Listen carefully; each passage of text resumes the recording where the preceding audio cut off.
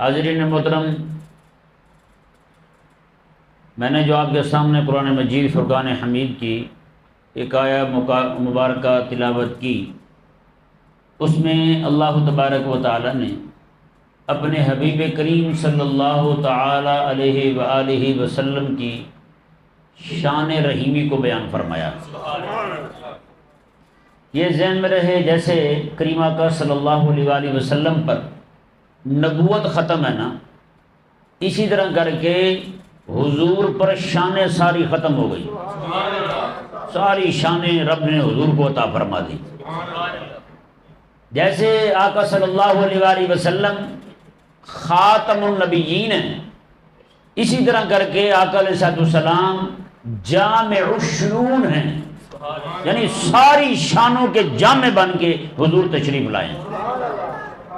جتنے انبیاء تشریف لائے، ہر نبی کا آنا رحمت، ہر نبی بھی رحمت، نبی آئے وہ بھی رحمت، نبی کا آنا بھی رحمت، رب کا نبی کو بھیجنا بھی رحمت، اور نبی خود بھی رحمت، اور ساری رحمتیں رب تبارک و تعالی نے ختم فرما دی اپنے حبیب پر۔ حبیب کریم صلی اللہ علیہ وآلہ وسلم کو رحمت للعالمین بنا کے بھیجا۔ جیسے رب تبارک و تعالی کی عظمت اور شان ہے، رب تبارک و تعالی کی شان، دو شانیں دیکھیں۔ ایک رب تبارک و تعالی کی شان جو ہے نا وہ شان جلال ہے، ایک شان جمال ہے۔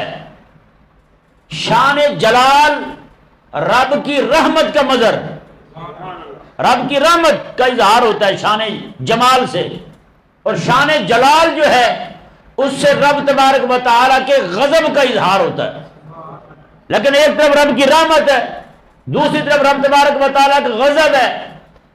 رحمت جو ہے وہ غضب پر غالب ہے، رب تعالیٰ کی رحمت غضب پر غالب ہے۔ اب یہ ذہن میں رہے، رب تبارک و تعالیٰ کسی پر غضب بھی فرمائے، اس میں بھی رحمت کا ظہور ہے، رحمت کا ظہور ہے۔ جیسے مثال کے طور پر ایک استاد ہے، اپنے شاگرد کو مارتا ہے، ایک باپ ہے اپنے بیٹے کو مارتا ہے۔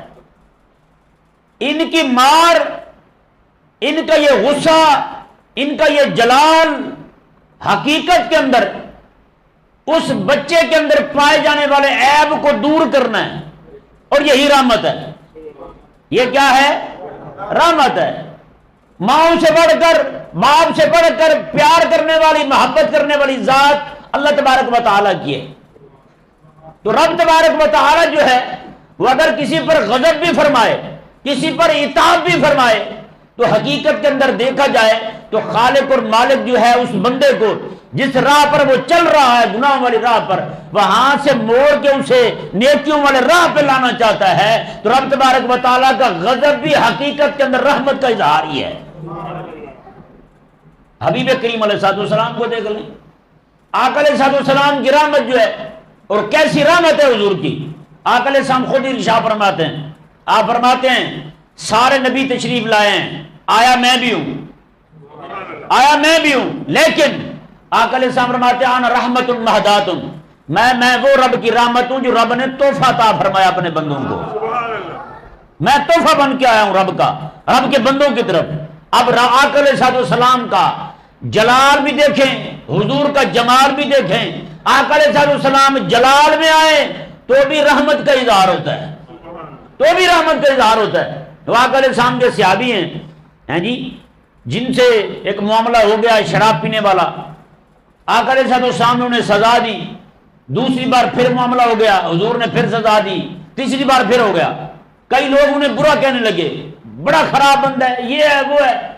کریم آقا علیہ السلام نے ارشاد فرمایا کہ تم اسے کچھ نہ کہو، تمہیں نہیں پتا، تم صرف یہ دیکھ رہے ہو کہ اس سے یہ کام ہوا ہے، میں یہ دیکھ رہا ہوں کہ وہ اللہ اور اس کے رسول کے ساتھ محبت کرتا ہے۔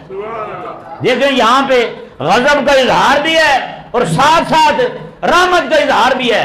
غضب کا اظہار یہ کہ اسے سزا دلوائی جو رب تبارک و تعالیٰ نے مقرر فرمائی تھی، اور رحمت کا اظہار یوں ہو رہا ہے کسی کو حضور اس کے بارے میں بات نہیں کرنے دے رہے۔ کریم آقا صلی اللہ علیہ وسلم آپ کی ایک صحابی ہیں حضور کے، ان پر حد جاری کی آقا علیہ الصلوۃ والسلام نے، حد جاری ہو رہی ہے اور ساتھ حضور کھڑے رو بھی رہے ہیں، ساتھ حضور رو بھی رہے ہیں. یہ اتنی بڑی بات کی ہے، میں نے کاش کہ آپ سمجھ جاتے اس بات کو. حد جاری ہو رہی ہے، اسے سزا ہو رہی ہے، حضور مارے مارو مارو اسے، ساتھ حضور رو بھی رہے ہیں. یعنی رحمت کا اظہار دیکھیں کیسے ہو رہا ہے، شفقت کا اظہار دیکھیں کیسے ہو رہا ہے. آقا علیہ السلام کے صحابی ہیں حضرت ماعز اسلمی رضی اللہ تعالیٰ عنہ، انہیں بھی ایک حد جاری کی گئی ان پر. ان کے شہید ہو جانے کے بعد، فوت ہو جانے کے بعد، کریم آقا علیہ السلام 2 دن کے بعد یا 3 دن کے بعد ان کے گھر تشریف لے گئے. جن پر حد جاری ہوئی ان کے گھر جا کر آقا علیہ السلام، لوگ سارے جمع، آقا علیہ السلام نے وہاں جا کر فرمایا کہ جو توبہ ماعز نے کی ہے نا، فرمایا کہ اگر اس کی توبہ پوری دنیا کے لوگوں کو تقسیم کر دی جائے تو سارے لوگ بخشے جائیں، سارے بخشے جائیں. ایسی توبہ کی ہے ماعز اسلمی رضی اللہ تعالیٰ عنہ نے. آپ سوچ سکتے ہیں یہ رحمت کا اظہار نہیں ہے تو اور کیا ہے. حضور جلال کا اظہار بھی فرمائیں تو وہ بھی جمال ہی ہے حقیقت میں. آقا علیہ السلام کے صحابی حضرت کعب رضی اللہ تعالیٰ عنہ، وہ غزوہ تبوک میں پیچھے رہ گئے، باقی ساری جنگوں میں ساتھ گئے. دیکھیں نا جی، ایک بندہ ساری جنگوں میں ساتھ جائے، صرف ایک جنگ میں سستی کی وجہ سے نہ جا سکے تو حضور 50 دن پورے نہیں بولے.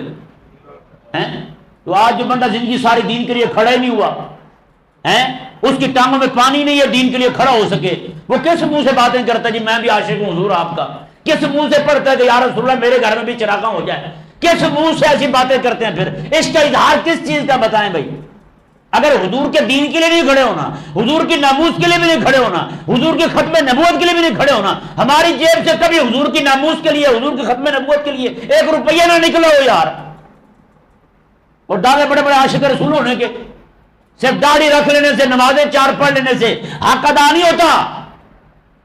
اگر ہمیں یہ پتہ ہے میں حضور رحمت للعالمین ہے، اگر حضور ہم سے محبت کرتے ہیں تو ہم پر بھی کچھ چیزیں لازم ہیں، ہمیں بھی وفا کرنی ہے حضور کے ساتھ. یہ نہیں کہ بس جناب 11ویں کھائی اور ہم چھوٹے ڈھکے، لو جی ہم نے تو مقصد پورا کر دیا ہے، یہ نہیں ہوتا. غلام ہے نا تو غلامی کا حق ادا کرنا ہے. حق ادا نہیں ہوتا کوشش تو کرے. نہیں سمجھ آ رہا مسئلہ؟ حضرت مولانا عبدالرحمن جامی رحمہ اللہ آج تو نعرے لگاتے نا بڑے ذوق شوق کے ساتھ، غلام ہے رسول کے غلام ہے، سود بھی نہیں چھوڑتے پھر بھی غلام ہے رسول کے غلام ہے، حرام خور بھی نہیں چھوڑتے، غلام ہے رسول کے غلام ہے. جی غلامی رسول میں موت بھی قبول ہے، داڑھی قبول نہیں ہے، دین قبول نہیں ہے، حضور کی عزت کا مسئلہ قبول نہیں ہے، جی حضور کی عزت کے لیے کھڑے ہونا قبول نہیں ہے. وہ کیا چیز ہے پھر تیرے پاس جو کہتا بھی موت بھی قبول ہے؟ تجھے تو پھر نماز قبول نہیں ہے، نماز نہیں پڑھ جاتی تجھ سے، اور کہتے ہیں مجھے ہر شے قبول ہے. کیسے قبول ہے تجھے بھائی؟ آقا علیہ السلام کا دین کا مسئلہ نہیں سوچ سکتا تو، اور کہتے ہیں مجھے موت قبول ہے. کہ نہیں سمجھ آ رہا؟ وہ سمجھ آ رہا ہے کوئی نہ؟ پتہ نہیں یہ ہوئی گلیں تو ٹھنڈے کیوں پہ اندر. ہاں بھائی سمجھ آ رہا ہے؟ جو سکیں سبحان اللہ. حضرت مولانا عبدالرحمن جامی رحمہ اللہ آپ نے ایک بار کہا نا، شعر لکھا آپ نے فارسی میں، یہ کہا کہ میں رسول اللہ کا غلام ہوں. یہ کہہ دیا آپ نے، مولانا عبدالرحمن جامی رحمہ اللہ نے. خواب میں حضور تشریف لائے رات کو، آقا علیہ السلام نے تو نے اتنا بڑا دعویٰ کر دیا تو میرا غلام ہے، تو بتا اپنا عمل دیکھ، تو میرا غلام ہے؟ غلام تو میرا بلال ہے، تو نے کیسے دعویٰ کر دیا تو میرا غلام ہے؟ وہ عبدالرحمن جامی بھی دیکھیں تو آج تو حقیقت میں وہ بھی تو غلام ہی تھے حضور کے، لیکن آقا علیہ السلام انہیں جھنجھوڑ کے پچھلوں کو سبق دینا چاہتے تھے. میں کہ تو نے یہ کیسے کہہ دیا کہ تو میرا غلام ہے؟ غلام تو میرا بلال ہے جس نے مارے بھی کھائی ہیں پھر بھی میرا نام لینا نہیں چھوڑا. تجھے تو کوئی چائے کی پیالی پلا دے تو میرا نام لینا چھوڑ جائے، اور تو کیسے غلام ہے میرا؟ جب کریم آقا صلی اللہ علیہ وسلم نے انہیں فرمایا تو صبح بیدار ہوئے تو کہنے لگے یا رسول اللہ مجھ سے یہ معاملہ ہو گیا، میں معافی چاہتا ہوں، آج کے بعد میں یہ کہوں گا جو آپ کا غلام ہے نا میں اس کا غلام ہوں. میرا منہ ایسا نہیں ہے کہ میں یہ دعویٰ کروں کہ آپ کا غلام ہوں. حضرت سیدنا شیخ سعدی رحمہ اللہ نے پھر حد کر دی. آپ نے جب دیکھا نا کہ عبدالرحمن جامی کے ساتھ یہ معاملہ ہے، بڑے بڑوں کے ساتھ یہ معاملہ ہے، اس کا دعویٰ کرتے وہ ڈرتے ہیں. آپ نے پتا کیا کہا؟ حضرت شیخ سعدی رحمہ اللہ نے کہنے لگے یا رسول اللہ آپ کا جو غلام ہے نا صحابی آپ کا، اس کے جو دروازے کا غلام ہے نا، اس کے دروازے پہ جو کتا بند ہے نا میں سعدی اس کا غلام ہوں. بتائیں. اور آج دیکھیں دعوے ایسے کہ ختم ہی نہیں ہوتے، اور کام دیکھ لیں، دین برداشت نہیں ہے. رسول اللہ علیہ السلام کا کہا جائے نا وہ آقا علیہ السلام کا دین نافذ کر دو، یہ بڑا بھاری ہے ہم پر. لیکن عاشق سارے ہی ہیں، دیوانے سارے ہیں حضور کے. میلاد کے جلسے پہ دیکھ لیں ایسے دھمالے ڈال رہے ہوں گے، اور یار حضور کا دین بھی نہیں، وہ نہیں برداشت ہمیں. کیوں نہیں برداشت بھائی؟ وہ ایک ہمارے دوست ہیں کراچی کے، وہ بتانے لگے کہ میں نے حدیث لکھ دی یہاں پہ، ایک وائٹ بورڈ جیسے ہمارا لگا ہوا ہے کہ منافق بندے میں 3 نشانیاں ہوتی ہیں، بولے گا جھوٹ بولے گا، لڑائی کرے گا، گالیاں دے گا، اور تیسری کا کیا ہے بھائی؟ کسے کو آندھی ہوگی؟ وعدہ کرے گا خلافی کرے گا، وعدہ خلافی کرے گا. حضور نے 3 باتیں جس میں وہ منافق ہوتا ہے. وہ کہتے جی وہ سیٹھ آیا مسجد میں، وہ حدیث پڑھ کے ناراضی ہو گیا مولوی سے. اس نے کہا اس نے میرے بارے میں لکھی ہے. اس نے کہا یار تیرے بارے میں نہیں لکھی، اگر تجھ میں ہے تو دور کر بیماری، کسی اچھے سے ڈاکٹر کو چیک کرا اپنی طبیعت، تیری طبیعت ٹھیک ہو جائے گی. اب آقا علیہ السلام کی امت کے ساتھ جو محبت ہے، آقا علیہ السلام کسی پر جلال بھی فرمائیں اس کے پیچھے بھی رحمت چھپی ہوتی ہے. ہیں جی کریم آقا صلی اللہ علیہ وسلم کے صحابی حضرت کعب رضی اللہ تعالیٰ جن کے ساتھ حضور وہ ساری جنگوں میں گئے، صرف ایک جنگ غزوہ تبوک میں نہیں جا سکے. ہیں جی تو آقا علیہ السلام 50 دن نہیں بولے. وہ کہتے ہیں میں آتا تھا مسجد میں نماز پڑھنے کے لیے. ہیں جی کہتے ہیں نماز جب میں شروع کرتا تھا نا ایسے حضور سامنے تشریف فرما ہوتے تو میں جان بوجھ کے حضور کے پاس ہی نماز شروع کرتا. کہتے ہیں اس طرح کر کے میں آنکھ ترچھی کر کے دیکھتا آقا علیہ السلام کی طرف. یہ ذہن میں رہے آنکھ ترچھی کر کے کوئی دیکھ رہے تو نماز نہیں ٹوٹتی. کئی بندوں کو ایسے تقویٰ جاگ جاتا جی پھر تو وہ صحابی کی تو نماز نہ ہوئی. میں کہا تیری ہو گئی ہے، تیرا صحابی پہ اعتراض کرنے سے تیری ساری زندگی کی گئی. اس طرح بندہ سیدھا کھڑا ہے، اس طرح دیکھ لیا تو نماز نہیں جاتی. سمجھ آیا مسئلہ؟ ہاں آقا علیہ السلام ایک بار نماز پڑھا رہے ہیں، رات کے وقت حضور نے فرمایا کون ہے؟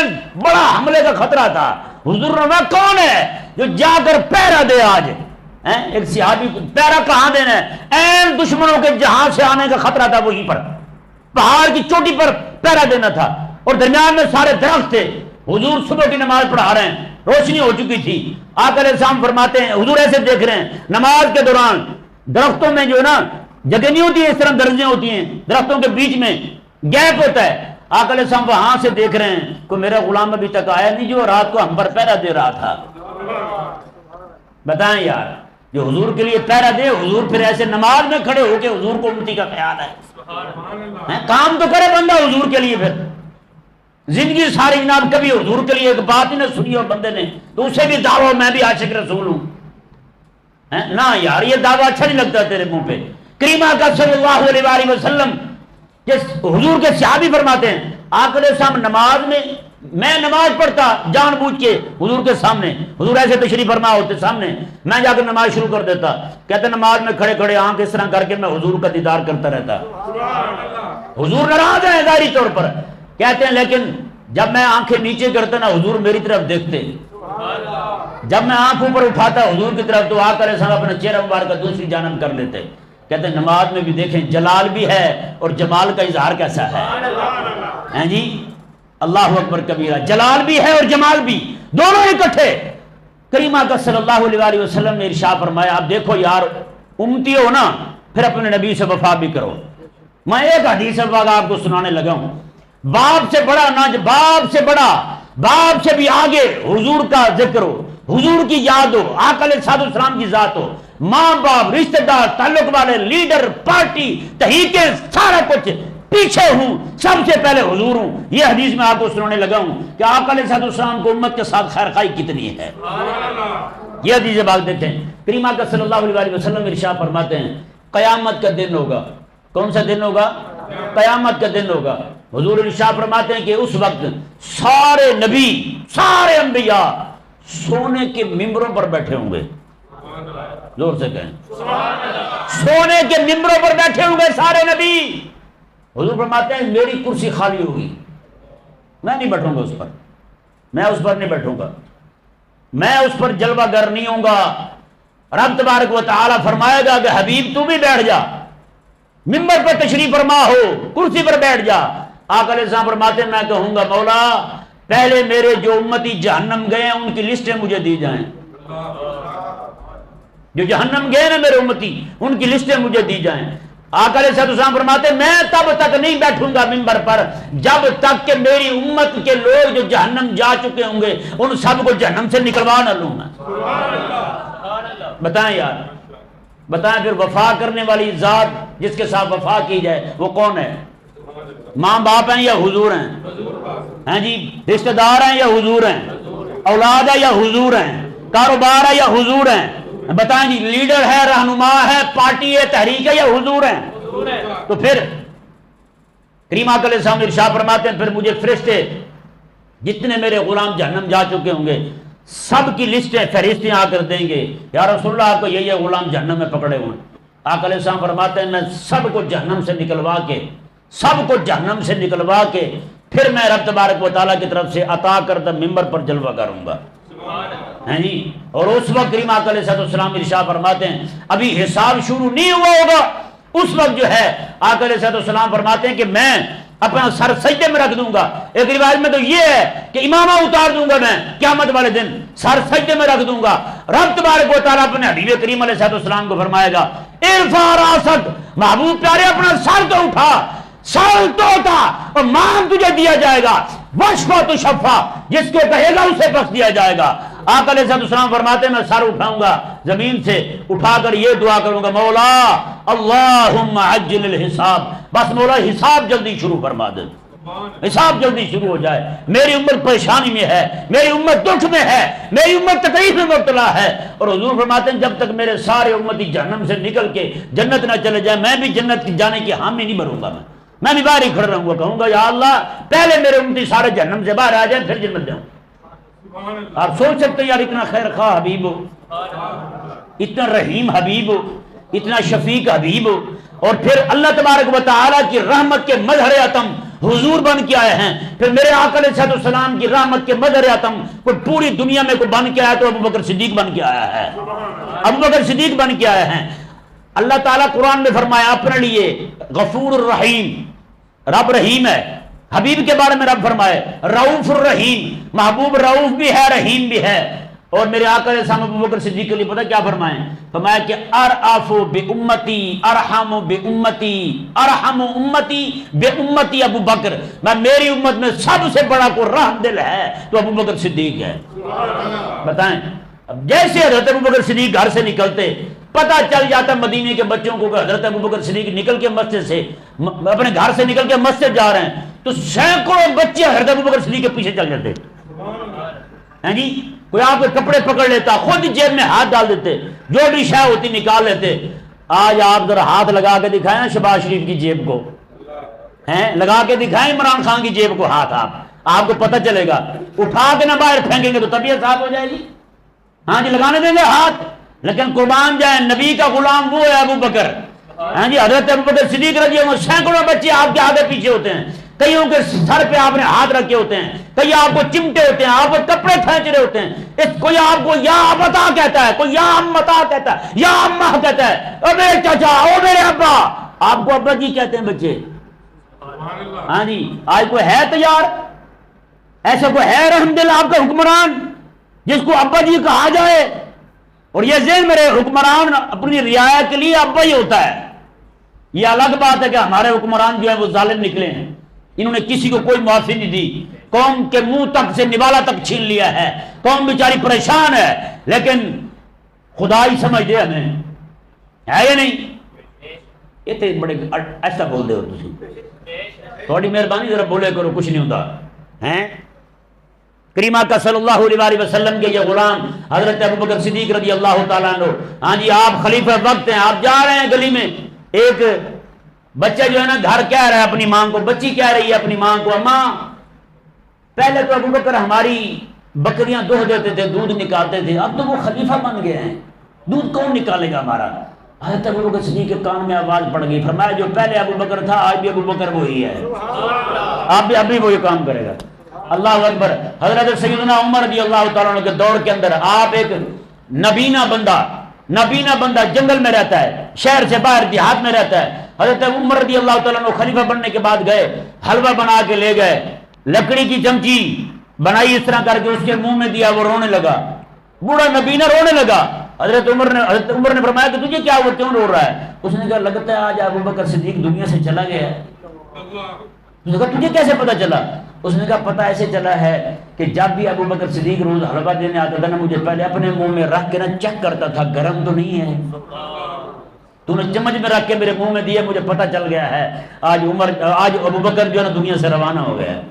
خلیفہ وقت تو یہ ہے یار, پھر حاکم تو یہ ہے, پھر رحمت و رأفت تو یہ ہے. پھر حضرت عمر فرماتے ہیں خلیفہ ہونے کے باوجود فرماتے ایک گھر میں نے دیکھا, وہاں پہ ایک نبینا خاتون رہتی ہے, گھر میں ساری صفائی, پانی بھرا ہوا ہے, ہر کام ہوا ہے. کہتے میں گیا دوسرے دن سویرے, میں نے کہا جا کے میں کام کروں گا. میں دوسرے دن گیا تو اس وقت بھی کام ہوا ہے. کہتے پھر میں آدھی رات کو گیا, چھٹ کے بیٹھ گیا. میں نے کہا دیکھوں تو صحیح کون ہے ایسا بندہ جو خدمت کر جاتا ہے. کہتے رات کو میں چھٹ کے بیٹھا, پچھلی رات کو ایک بندہ آیا, کپڑا لپیٹا ہوا ہے, صفائی کر کے جانے لگا. میں نے پکڑ لیا, میں نے کہا یار منہ تو دکھا ہے کون؟ کہتے جب انہوں نے کپڑا ہٹایا نا وہ ابو بکر صدیق رضی اللہ تعالیٰ عنہ. خلیفہ تو یہ ہوتا ہے, حاکم تو یہ ہوتا ہے جو رافت بھی ہو, رحمت بھی ہو, کریم آقا علیہ السلام کا نائب بھی ہو, جلال میں بھی جمال میں بھی. خلیفہ وہ ہوتا ہے, حاکم وہ ہوتا ہے. دعا کریں رب تعالیٰ وہی عطا فرمائے. دعا سے پہلے کردار ٹھیک کریں, ہم اپنی منشا ٹھیک کریں, اپنی ہم خواہش ٹھیک کریں, اپنی تمنائیں ٹھیک کریں, اپنے جذبات ٹھیک کریں, اپنے جذبات رسول علیہ السلام کے ساتھ جوڑیں. پھر انشاءاللہ عز و جل یہاں بھی خیر ہے, آگے بھی خیر ہوگی. سمجھ آ گیا مسئلہ؟ اللہ تبارک و تعالی سمجھنے کی توفیق عطا